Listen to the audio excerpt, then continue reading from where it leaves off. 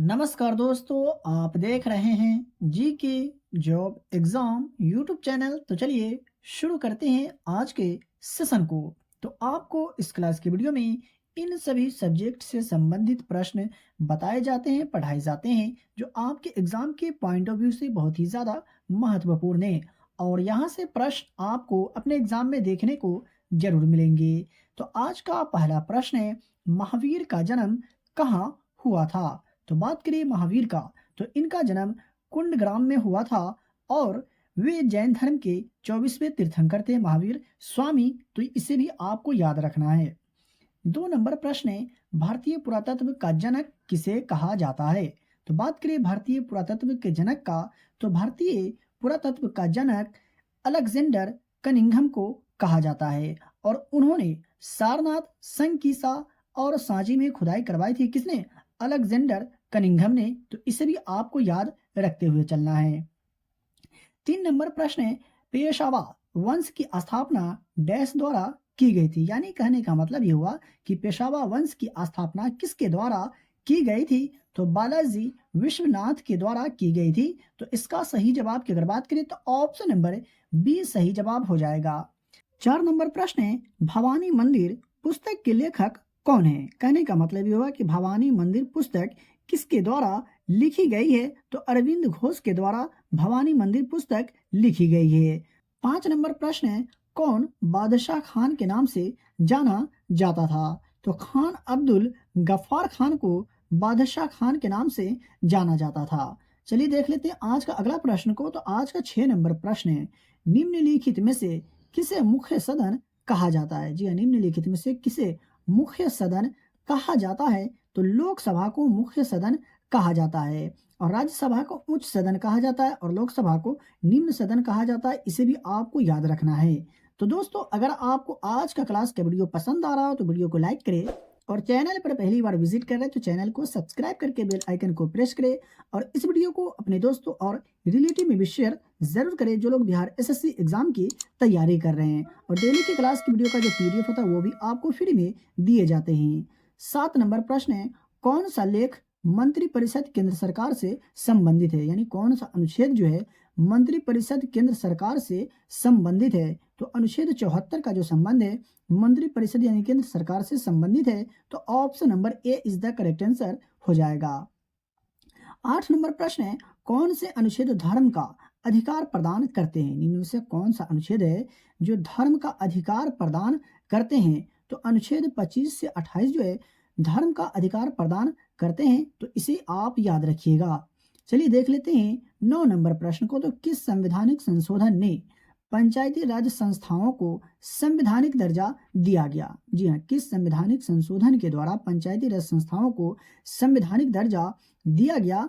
तो 73वां संशोधन अधिनियम 1992 के द्वारा पंचायती राज संस्थाओं को संवैधानिक दर्जा दिया गया था। तो ऑप्शन नंबर सी यहाँ इसका सही जवाब हो जाएगा। आपको कमेंट बॉक्स में कमेंट करके ये बताना है कि सबसे पहले पंचायती राज व्यवस्था की शुभारंभ किस राज्य में किया गया था। बात कर ले आज का 10 नंबर प्रश्न का। तो भारत के मुख्य चुनाव आयुक्त का कार्यकाल कितना होता है? भारत के जो मुख्य चुनाव आयुक्त होते हैं उनका कार्यकाल कितने वर्ष का होता है, ये आपसे पूछा जा रहा है।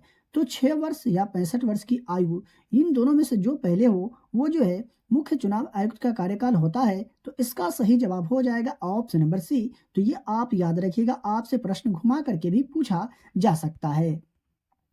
11 नंबर प्रश्न है, डैश क्षेत्रफल की दृष्टि से भारत का सबसे बड़ा केंद्र शासित प्रदेश है? जी हाँ, निम्न में से कौन जो है क्षेत्रफल की दृष्टि से भारत का सबसे बड़ा केंद्र शासित प्रदेश है? तो लद्दाख जो है क्षेत्रफल की दृष्टि से भारत का सबसे बड़ा केंद्र शासित प्रदेश है। और सबसे घनी आबादी वाला केंद्र शासित प्रदेश कौन है? तो दिल्ली है। ये भी आप याद रखिएगा। बात करिए 12 नंबर प्रश्न का। तो वर्ष 2011 में भारत का जनसंख्या घनत्व कितना था? यानी कहने का मतलब ये हुआ कि वर्ष 2011 के जनगणना के अनुसार भारत का जनसंख्या घनत्व कितना था? तो 382 व्यक्ति प्रति वर्ग किलोमीटर वर्ष 2011 के जनगणना के अनुसार भारत का जनसंख्या घनत्व था। तो इसका सही जवाब हो जाएगा ऑप्शन नंबर बी। बात कर ले आज का 13 नंबर प्रश्न का। तो सिनकोना के पेड़ डैश से अधिक वर्षा वाले क्षेत्र में पाए जाते हैं? सिनकोना के जो पेड़ होते हैं वो कौन से क्षेत्र में पाए जाते हैं? तो ये आपको पहचान करके बताना है। तो 100 सेंटीमीटर से अधिक वर्षा वाले क्षेत्र में पाए जाते हैं सिनकोना के पेड़। तो इसका राइट आंसर हो जाएगा ऑप्शन नंबर ए। 14 नंबर प्रश्न है, कान्हा नेशनल पार्क डैश के लिए प्रसिद्ध है। कान्हा नेशनल पार्क जो है किसके लिए प्रसिद्ध है, फेमस है? तो बाघ के लिए कान्हा नेशनल पार्क यानी राष्ट्रीय उद्यान जो है फेमस है। तो इसका सही जवाब हो जाएगा ऑप्शन नंबर डी। 15 नंबर प्रश्न की अगर बात करें तो विश्व वानिकी दिवस कब मनाया जाता है? विश्व वानिकी दिवस किस तिथि को मनाया जाता है, कब मनाया जाता है? तो 21 मार्च को विश्व वानिकी दिवस के रूप में मनाया जाता है और 30 जनवरी को शहीद दिवस के रूप में मनाया जाता है। ये भी आप याद रखिएगा। तो आज का 16 नंबर प्रश्न है, किस स्वतंत्रता सेनानी को देश रत्न कहकर भी पुकारा जाता है? निम्न में से कौन स्वतंत्रता सेनानी है ऐसे जिन्हें देश रत्न कहकर पुकारा जाता है या देश रत्न के नाम से जाना जाता है? इस तरह से भी आपसे प्रश्न पूछा जा सकता है। तो डॉक्टर राजेंद्र प्रसाद को देश रत्न के नाम से जाना जाता है। तो इसका सही जवाब हो जाएगा ऑप्शन नंबर बी। और डॉक्टर राजेंद्र प्रसाद स्वतंत्र भारत के प्रथम राष्ट्रपति थे, ये आपको जरूर मालूम होगा। नंबर प्रश्न है, यूनाइटेड किंगडम की मुद्रा क्या है? यूनाइटेड किंगडम की मुद्रा क्या है? तो पाउंड स्टर्लिंग जो यूनाइटेड किंगडम की मुद्रा है। तो ऑप्शन नंबर सी यहाँ पर राइट आंसर हो जाएगा। देख लेते हैं आज का 18 नंबर प्रश्न को। तो अनिवार्य बचत का उदाहरण है, अनिवार्य बचत का उदाहरण निम्न में से क्या है? तो आपको बिल्कुल भी कंफ्यूज नहीं होना है। तो सामान्य भविष्य निधि जो है अनिवार्य बचत का उदाहरण है। तो इसका राइट आंसर होगा ऑप्शन नंबर ए। बात करें 19 नंबर प्रश्न का, तो आर्थिक महामंदी किस वर्ष में प्रारंभ हुई थी? आर्थिक महामंदी जो प्रारंभ हुई थी किस वर्ष में प्रारंभ हुई थी? तो वर्ष 1929 में आर्थिक महामंदी प्रारंभ हुई थी और द्वितीय विश्व युद्ध के बाद 1946 तक समाप्त नहीं हुई थी आर्थिक महामंदी। ये आप याद रखते हुए चले। देख लेते हैं आज का 20 नंबर प्रश्न को। तो निम्न में से कौन सा राष्ट्रीय आय का अंग नहीं है? ये आपको पहचान करना है दिए गए ऑप्शन में से कि कौन सा राष्ट्रीय आय का अंग नहीं है। तो अगर आपने चुना है ऑप्शन नंबर बी तो बिल्कुल सही जवाब है। अंतरण भुगतान जो है ये राष्ट्रीय आय का अंग नहीं है। 21 नंबर प्रश्न है, बैक्टीरिया की खोज किसने की थी? बैक्टीरिया की खोज किसके द्वारा की गई? तो एंटोन वान ल्यूवेनहॉक के द्वारा बैक्टीरिया की खोज की गई थी और 1683 में मानव के मुंह से बैक्टीरिया की खोज की गई थी। ये भी आप याद रखिएगा। तो यहाँ इसका सही जवाब की अगर बात करें तो ऑप्शन नंबर बी हो जाएगा।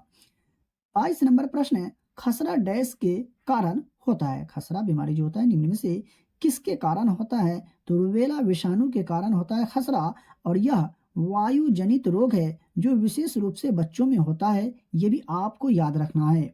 चलिए देख लेते हैं आज का 23 नंबर प्रश्न को। तो किसे मानव शरीर का सुरक्षा तंत्र कहा जाता है? निम्न में से कौन सी कोशिका को मानव शरीर का सुरक्षा तंत्र कहा जाता है? तो श्वेत रक्त कोशिका को मानव शरीर का सुरक्षा तंत्र कहा जाता है। तो इसका राइट आंसर होगा ऑप्शन नंबर ए।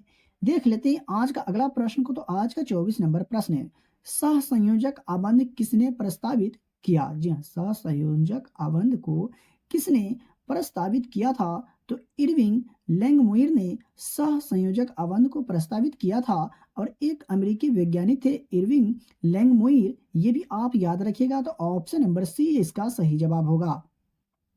25 नंबर पूछा जा रहा है आपसे कि निम्नलिखित में से कौन सा सल्फाइड पीला होता है? निम्न में से कौन सा सल्फाइड जो है पीला होता है? तो कैडमियम सल्फाइड जो है पीला होता है। तो इसका राइट आंसर होगा ऑप्शन नंबर बी। बात करें 26 नंबर प्रश्न का, तो हारा कशिश का रासायनिक नाम क्या होता है? हारा कशिश का रासायनिक नाम क्या होता है? तो फेरस सल्फेट हारा कशिश का रासायनिक नाम होता है। और बात करें इसके रासायनिक सूत्र का, तो FeSO4 हारा कशिश यानी फेरस सल्फेट का रासायनिक सूत्र होते हैं। देखते हैं आज का अगला प्रश्न को। तो 27 नंबर प्रश्न है, समवेग के परिवर्तन की दर किसके बराबर है? समवेग के परिवर्तन की दर जो है निम्नलिखित में से किसके बराबर है? तो लागू बल के बराबर होते हैं समवेग के परिवर्तन की दर। तो इसका राइट आंसर होगा ऑप्शन नंबर ए। देख लेते हैं आज का 28 नंबर प्रश्न को। तो किसी वस्तु पर घर्षण बल को कम करने के लिए आप क्या उपयोग कर सकते हैं? किसी वस्तु पर घर्षण बल को कम करने के लिए निम्नलिखित में से क्या आप उपयोग कर सकते हैं? तो ये आपसे पूछा जा रहा है। तो इसका सही जवाब होगा ऑप्शन नंबर डी, इनमें से सभी का उपयोग कर सकते हैं किसी भी वस्तु पर घर्षण बल को कम करने के लिए। मैं आशा करता हूं कि आपको समझ में आ गया होगा।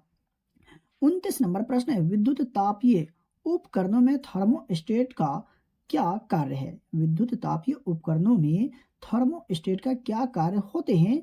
तो ऊष्मा का नियंत्रण करने के लिए विद्युत तापीय उपकरण में थर्मोस्टेट का उपयोग किया जाता है। तो इसका सही जवाब हो जाएगा ऑप्शन नंबर सी। चलिए देख लेते हैं आज का 30 नंबर प्रश्न को। तो रात्रि दूरदर्शी उपकरण में किस प्रकार की तरंगों का उपयोग किया जाता है? रात्रि दूरदर्शी उपकरण में किस प्रकार की तरंगों का उपयोग किया जाता है? तो अवरक्त तरंग का उपयोग किया जाता है रात्रि दूरदर्शी उपकरण में। तो इसका राइट आंसर होगा ऑप्शन नंबर ए। तो अगर आपको किसी भी प्रश्न में डाउट लगा हो, किसी भी प्रश्न के उत्तर में अगर आपको डाउट लगा हो, तो कमेंट बॉक्स में कमेंट करके पूछ सकते हैं। अगर आपको आज का क्लास का वीडियो पसंद आया हो तो वीडियो को लाइक करें, और चैनल पर पहली बार विजिट कर रहे हैं तो चैनल को सब्सक्राइब करके बेल आइकन को प्रेस करें, और इस वीडियो को अपने दोस्तों और रिलेटिव में भी शेयर जरूर करें। तो चलिए मिलते हैं फिर से एक नए वीडियो में। इसका पीडीएफ प्राप्त करने के लिए वीडियो के डिस्क्रिप्शन में दिए गए टेलीग्राम चैनल लिंक को ज्वाइन करें।